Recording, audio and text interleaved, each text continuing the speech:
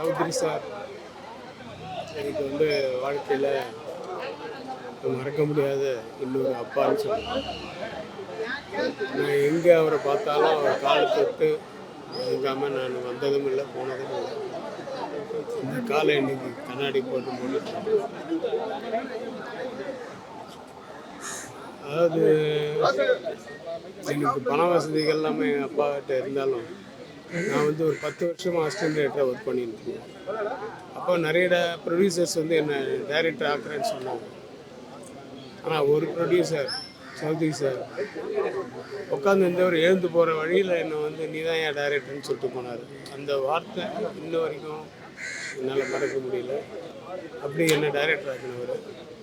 ஆனால் நான் அந்த படம் வந்து சரியாக போகாது சார், அதனால நான் இது படம் பண்ண மாட்டேன்னு நான் சொன்னேன். எனக்கு பிடிச்ச மாதிரி எடுத்துக்கூடியா, அடுத்த படம் நானே தரேன்னு சொன்னேன். அதுதான் சேரன் பாண்டியன். அங்கேருந்து நான் ஒரு கமர்ஷியல் டைரக்டர்னு எனக்கு சாப்பா குத்தி அமைச்சவர் சௌத்ரி சார்.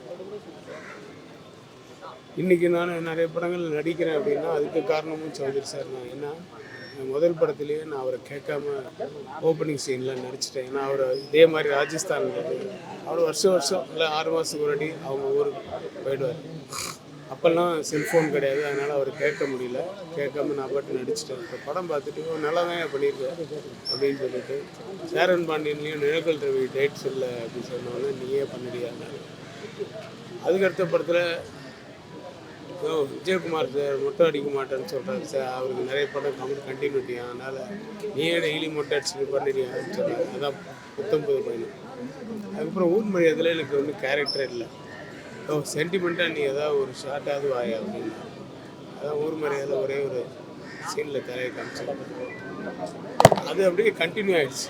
அப்புறம் ரஜினி சார்லேருந்து கமல் சார்லேருந்து எல்லாருமே நீங்கள் இந்த படத்தில் என்ன பண்ணுறீங்கன்னு கேட்குற அளவுக்கு, அதாவது ஜனங்கள்லாம் கேட்டதுனால அவங்களும் கேட்டாங்க அவர் என்ன பண்ணுறாரு, தலையை காமிப்பார் அப்படின்னு.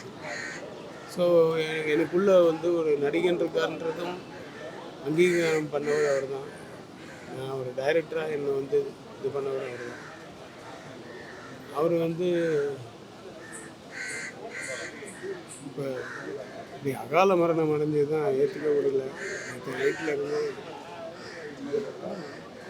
ஜீவா சொன்னாப்புல இப்போது 1 மணிக்கு என்கிட்ட பேசினார் சார். சிரிச்சு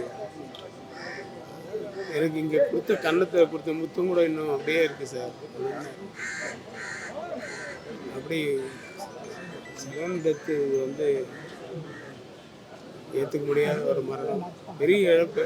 அவரை மாதிரி ஒரு தைரியமாக ஒருத்தர் இன்ட்ரடியூஸ் பண்ணுறதுலையும் ஒரு கதையை தேர்ந்தெடுக்கிறதுலையும் அவர் ப்ரொடியூஸ் பண்ணுறதுலையும் அவருக்கு இருக்கிற தைரியம் யாருக்குமே இல்லை எனக்கு தெரிஞ்சு. அப்படி வந்து தைரியமாக பண்ணக்கூடியவர். நான் 7 படம் அவங்க கம்பெனியில் பண்ணேன். இந்த 100வது படத்துலேயும் நான் அதை எப்படியாவது வந்து நான் டைரக்ட் பண்ணலாம் கூட நான் நடிப்பேன் சார் அப்படின்னு சிரிச்சுக்கிட்டே இருந்தேன். அவர் ஆத்மா சாந்தி எடுக்கணும், குடும்பத்தாருக்கு அந்த